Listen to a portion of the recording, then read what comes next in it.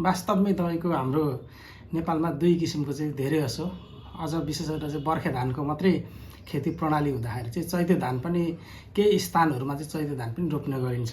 हाम्रो मध्य प्रदेशकै सन्दर्भमाको कुरा गर्दाखेरि चाहिँ 850 हेक्टरमा हाम्रो चाहिँ चैते धान खेतीको अवस्था रहेको छ र यो चैते धान चाहिँ एकदम महत्त्वपूर्ण अङ्गको रूपमा हाम्रो खाद्य सुरक्षाको विषयलाईसँग जोडिएर आउँछ। किनभनेदेखि हाम्रो धेरै यो खाद्य ह्याबिट चाहिँ हाम्रो धानको चामल खाने रहेको छ। त्यसमा हामीले बर्खे धान सँगै चैते धान पनि उत्पादन गर्यो भनेदेखि यो धान उत्पादनलाई बढाउनका लागि चाहिँ यो अभिन्न पाटोको रूपमा रहेको मेरो बुझाइरहेको छ। मध्य प्रदेशमा चैते धान सबभन्दा बढी हुने र सबभन्दा बढी किसानले गरेको जिल्ला कुन छ अहिले? मध्य प्रदेशको हाम्रो हावापानी हेर्दाखेरि हाम्रो 8वटा जिल्लाहरू उपयुक्त छ चैते धान खेतीको लागि र यसको सुरुवात पनि हुन थालिसकेको छ। अब यो वर्षको चैते धानको बिर्ना तयार गरेर यसलाई रोप्न पनि सुरुवात गरिरहेको छ केही ठाउँमा र यो क्षेत्र चाहिँ बढी उपयुक्त भन्ने भन्दा पनि हाम्रो भूगोल चाहिँ सबै 8वटा जिल्लामा चाहिँ यो खेती गर्नको लागि एकदम उपयुक्त छ। हावापानीको हिसाबले, भूगोलको हिसाबले, माटोको हिसाबले।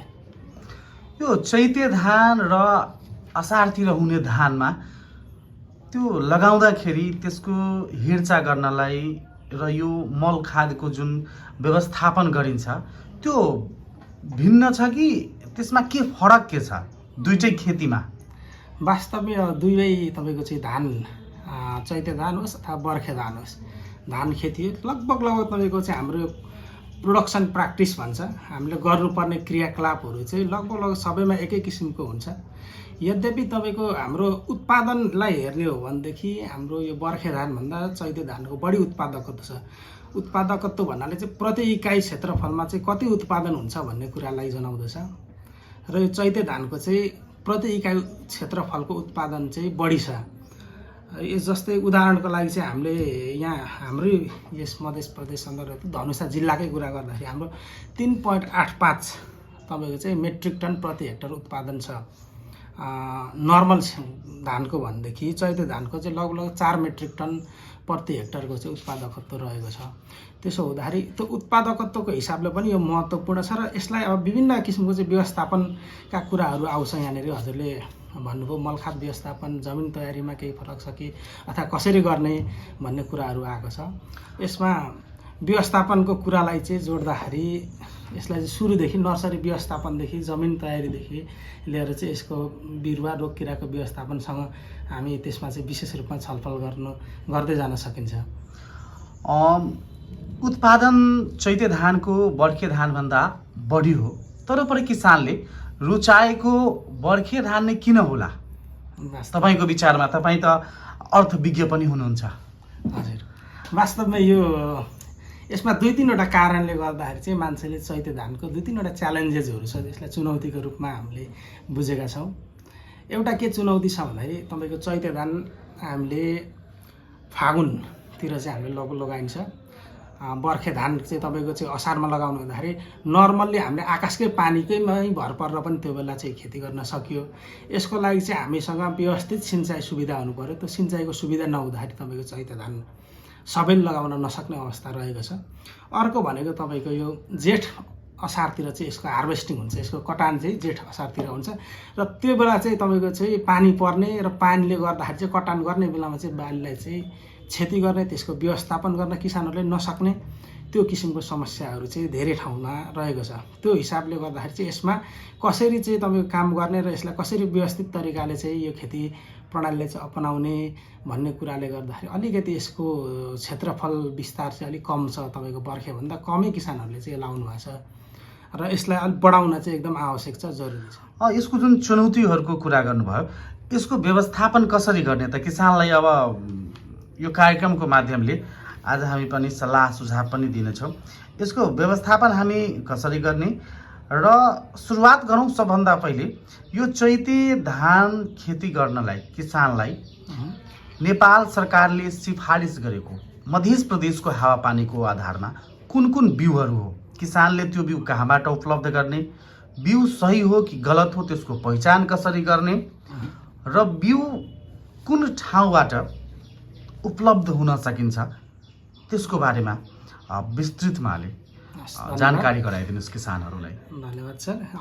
वास्तवमै अब चैते धानको चाहिँ नेपाल सरकारले सिफारिस गरेका केही जातहरू छन्, जसभित्र चाहिँ तपाईँको चैते 1, चैते 5, चैते 6, हर्दीनाथ 1, बिन्देश्वरी लगायतका यी धानका जातहरू चाहिँ नेपाल सरकारले सिफारिस गरेको छ।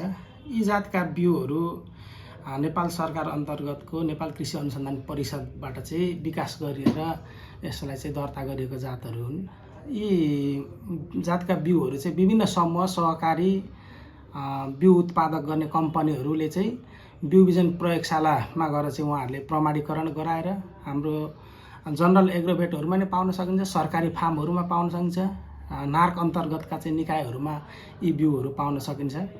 र गुणस्तरीय बिउ चाहिँ हामीले पहिचान गरेर उन्नत किसिमका यी बिउहरूलाई चाहिँ हामीले प्रयोग गऱ्यौँ भनेदेखि हाम्रो 15 देखि 20% उत्पादन चाहिँ यसै पनि वृद्धि गर्न सकिन्छ भनेर विभिन्न अध्ययन अनुसन्धानले चाहिँ यो देखाएको विषय पनि रहेको छ। त्यसो हुँदाखेरि कस्तो किसिमको चाहिँ बिउहरू लगाउने, जात कसरी छनौट गर्ने भन्ने विषय चाहिँ यी मैले अघि उल्लेख गरेका सबै जातहरू चाहिँ हाम्रो यो तराईको हावापानी, मध्य प्रदेशको हावापानीको लागि चाहिँ सिफारिस गरिएका सबै जातहरू छन्। यी जातहरूलाई हामीले प्रयोग गर्न सक्छौँ र यसको लागि चाहिँ हामीले यथाशक्य तपाईँको यसको ट्याग हुन्छ। हरेक बिउहरू हामीले प्रयोग गर्दाखेरि चाहिँ तपाईँको बिउ बिजन प्रयोगशालाले प्रमाणित गरेको हस्ताक्षर सहितको चाहिँ ट्याग हुन्छ र त्यो ट्याग भएको बिउहरू मात्रै हामीले प्रयोग गरौँ। बिउ बिजन प्रयोगशालाले प्रमाणित गरेका बिउहरू प्रयोग गरौँ। यो बजारमा जहाँ जुन धेरै किसिमका चाहिँ जातका चाहिँ बिउहरू आएको हुन्छन्, त्योभन्दा पनि सिफारिस गरिएको क्षेत्रमा सिफारिस गरेको जातहरू चाहिँ हामीले प्रयोग गर्नुपर्छ। गणेशजी, सूचीकृत बिउ र किसानले गाउँघरमा अहिले पनि अब यो साल काटेको धानको बिउ आउने सालको लागि उहाँहरू राख्नुहुन्छ र त्यही बिउ छर्किनुहुन्छ। हजुर, यो सूचीकृत बिउ नै छर्किनुको कारण के हो र यसले के फाइदा हुन्छ? वास्तवमै मैले अघि पनि यो कुरा एउटा थोरै विशेषता उल्लेख गरिसकेको छु। यो जुन दर्ता गरेको सूचीकृत गरेको बिउहरू यस रोगबाट चाहिँ मुक्त भएको बिउहरू हुन्छ। यो यसलाई दुईटा हुन्छ, यसमा दुईटा शुद्धता, एउटा प्युरिटी जेनेटिक प्युरिटी भन्छ, अर्को फिजिकल प्युरिटी भन्छ। भौतिक शुद्धता र तपाईँको जातीय शुद्धता। तपाईँको भौतिक रूपमा त्यसमा चाहिँ विभिन्न झारहरूको चाहिँ बिउहरू नमिसिएको, ढुङ्गा माटोदेखि लिएर अन्य पदार्थहरू चाहिँ नमिसिएको बिउलाई भौतिक रूपमा शुद्ध भनिन्छ। अर्को भनेको जातीय रूपमा शुद्ध भनेको चाहिँ तपाईँको त्यसको चाहिँ जुन जातको, जस्तै तपाईँको चैते 6 भन्ने धानको जातको बिउ चाहिँ हामीले रोप्दैछौँ भने चैते 6कै विशेषताहरू गुणहरू भएको तपाईँको चाहिँ त्यसको शुद्धता भएको जातलाई चाहिँ तपाईँको जातीय शुद्धता भन्छ। यी दुईटा चिजहरूले गर्दाखेरि चाहिँ हाम्रो भोलि गएर त्यसले जुन रिकमेन्डेड गरेको तोकिएको चाहिँ उत्पादन यति गर्न सक्छ है भनेर हामी सिफारिस गरेको छ, त्यो उत्पादन चाहिँ हामीले प्राप्त गर्न सक्छौँ। त्यसको लागि अर्को झारहरूको, किराहरूको, रोगहरूको व्यवस्थापन गर्नका लागि पनि तपाईँको सूचीकृत गरिएको जातहरूको प्रयोग गर्दाखेरि सहज हुन्छ। सबभन्दा पहिला त यो चैते धान चैतको कति दिनभित्रमा वा कति गतेभित्र लगाइसक्नु पर्ने हुन्छ? हजुर, यो चैते धान हाम्रो नामै चैते धान छ। त्यसो भए चैतमा रोप्ने धानलाई भनेर हामीले सामान्य रूपमा हामी सबै व्यक्तिहरूले बुझ्ने भाषामा चाहिँ यसलाई चैते धान भनेर नामाकरण गरिएको छ। यसको तपाईँको चाहिँ बिउ तयार गर्दाखेरि, बेर्ना तयार गर्दाखेरि हामीले चाहिँ माघको अन्तिमदेखि नै बेर्ना तयार गर्न लाग्छौँ र फागुनभरिमा हामीले बेर्ना तयार गरेर फागुन 15देखि चैतको पहिलो हप्तासम्म हामीले चाहिँ त्यसलाई चाहिँ ट्रान्सप्लान्टेसन भन्छ, तपाईँको चाहिँ खेतमा हामीले लगेर रोप्छौँ र त्यसलाई रोपिसकेपछि त्यसको व्यवस्थापन गरेर लगभग हाम्रो चाहिँ जेठको अन्तिमसम्ममा हामीले चाहिँ त्यसको कटाइ गर्ने किसिमकोले चाहिँ हामीले यसलाई रोप्ने गर्ने रहेको हाम्रो चाहिँ प्र्याक्टिस रहेको छ। जेठ 15सम्म यदि तपाईँले त्यो काटिसक्नुभयो भने यो वर्षाले तपाईँलाई खासै बढी प्रभावित गर्दैन, एउटा त्यो पनि होला।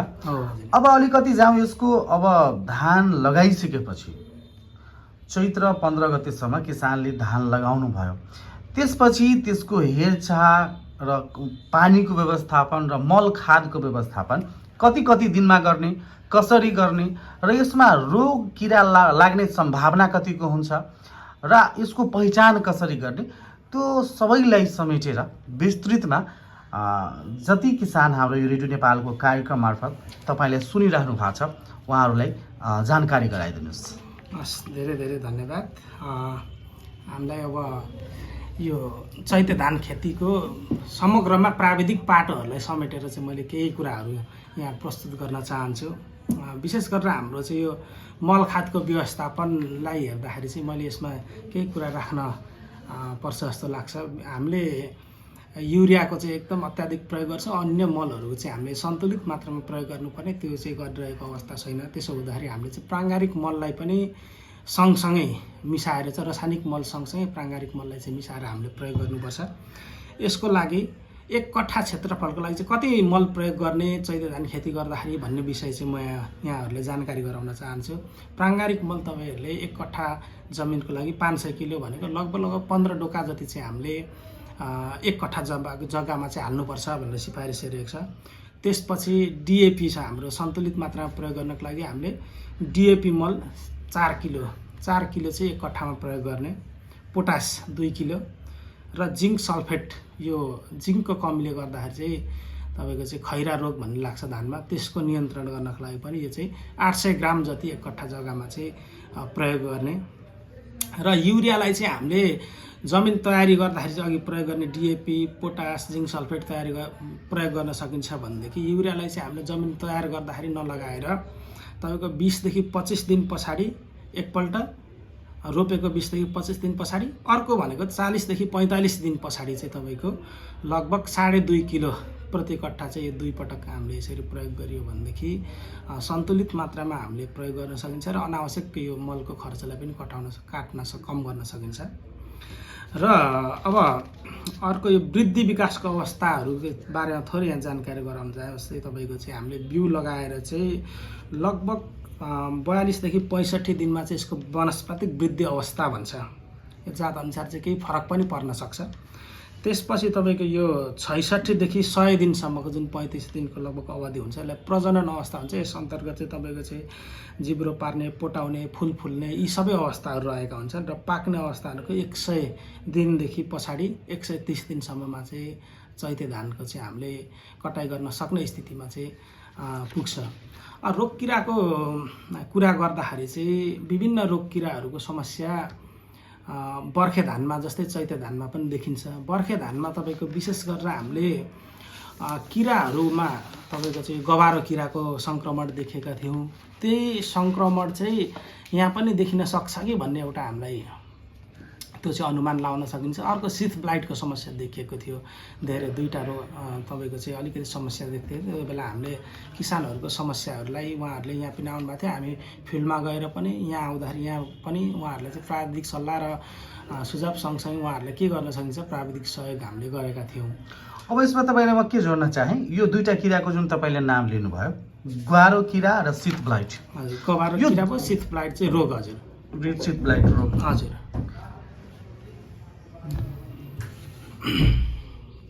अनि यसको पहिचान कसरी किसानले गर्छ, यो ग्वारो किरा हो र यो सिथ ब्लाइट रोग हो भनेर किसानले पहिचान कसरी गर्ने खेतमा गएर? हजुर, ठ्याक्कै यो धानको गभारो विभिन्न किसिमका फेरि यस गभारोभित्र पनि 2-3 जातका हुन्छन्। यो चाहिँ तपाईँको ठुलो हुँदाखेरि चाहिँ यो चाहिँ पुतलीको रूपमा यसले चाहिँ धारणा गर्छ। जुन राति उड्ने किसिमका चाहिँ पुतलीहरू हुन्छन्। तपाईँको चाहिँ मैलो किसिमको चाहिँ प्वाख हुन्छ यसको। एक त त्यो किसिमले हामीले त्यसलाई पहिचान गर्न सक्छौँ। अर्को भनेको विशेष गरेर यसको तपाईँको सङ्क्रमण भयो कि भएन भनेर हामीले जान्ने भनेको चाहिँ तपाईँको हामीले बालीलाई हेरेर हो। 25 दिनभन्दा पछाडि चाहिँ तपाईँको हामीले बालीलाई हेरेर त्यसमा सुरुमा चाहिँ तपाईँको चाहिँ जुन गुबाहरू हुन्छ त्यो गुबाहरू चाहिँ मरेको अवस्था देखिन्छ। पुरै तपाईँको सुरुवाती चरणमा 25-30 दिनको चरणमै तपाईँको चाहिँ यो रोगको यो किराको सङ्क्रमण लाग्यो भने चाहिँ मृत गाभाको अवस्था देखिन्छ। र तपाईँको चाहिँ पछि अलिकति यो म्याच्योर स्टेजमा अलि परिपक्व धान चाहिँ फुलिसकेको अवस्थामा चाहिँ यसको सङ्क्रमण भयो भनेदेखि सेतो बालाहरू चाहिँ देखिन्छ। जुन यसो हामीले समाउँदाखेरि चाहिँ तपाईँको भुस मात्रै हुन्छ, त्यसमा तपाईँको चाहिँ धानको केही दानाहरू अथवा दुधहरू चाहिँ नपसेको अवस्था हुन्छ। त्यसरी हामीले यो चाहिँ गभारो किराले हाम्रो बालीलाई चाहिँ सङ्क्रमण गरेको रहेछ भनेर हामीले पहिचान गर्न सक्छौँ। र यसको उपचार कसरी गर्ने फेरि थाहा पाइसक्यो ल यो गहरो किरो हो, हजुर। अब यसको व्यवस्थापन कसरी गर्ने? वास्तवमै अब विभिन्न किराहरूको सङ्क्रमण छ हाम्रो विभिन्न किसिमका चाहिँ अन्नबालीहरूमा, र यसको व्यवस्थापन गर्दाखेरि चाहिँ हामी प्राविधिक सल्लाह लिनैपर्छ। तपाईँको के कस्तो समस्या रहेको छ त्यो चाहिँ नजिकैको यथाशक्य नजिकको प्राविधिक सेवा हामीले चाहिँ लिने, र यो चाहिँ यही गवारो किराले गर्दाखेरि हो भनेर कन्फर्मेसन भयो, हामीलाई चाहिँ हो भनेर निश्चितता भयो भनेदेखि चाहिँ यसमा क्लोरोपाइरिफस भन्ने अब ठ्याक्कै हामीले विषादी नै प्रयोग गर्नुभन्दा खासमा चाहिँ एकीकृत तपाईँको चाहिँ यो शत्रुजीव व्यवस्थापन पद्धतिबाट हामी जानुपर्छ। र अन्तिम उपायको रूपमा चाहिँ तपाईँको धेरै नै सङ्क्रमण रहेको छ भनेदेखि चाहिँ विषादीहरू चाहिँ बजारमा पाइन्छन्, जस्तै तपाईँको क्लोरोपाइरिफस भन्ने विषादी पाइन्छ। 1 मिलिलिटर प्रति लिटर पानीमा घोलेर चाहिँ तपाईँको त्यसको प्रयोग गरिन्छ। कार्टाप हाइड्रोक्लोराइड भनेर तपाईँको चाहिँ यो दानाहरू हुन्छ तपाईँको, त्यो चाहिँ तपाईँको 0.5 केजी होइन, आधा केजी प्रति कट्ठाका दरले चाहिँ त्यो छर्ने छ, त्यो रहेको छ। एकदमै सङ्क्रमण भएको अवस्थामा चाहिँ हामीले यसरी यसको व्यवस्थापन गर्न सकिन्छ। यो चैते धान खेतीमा लाग्ने भनेको यही रोग हो एउटा मात्रै?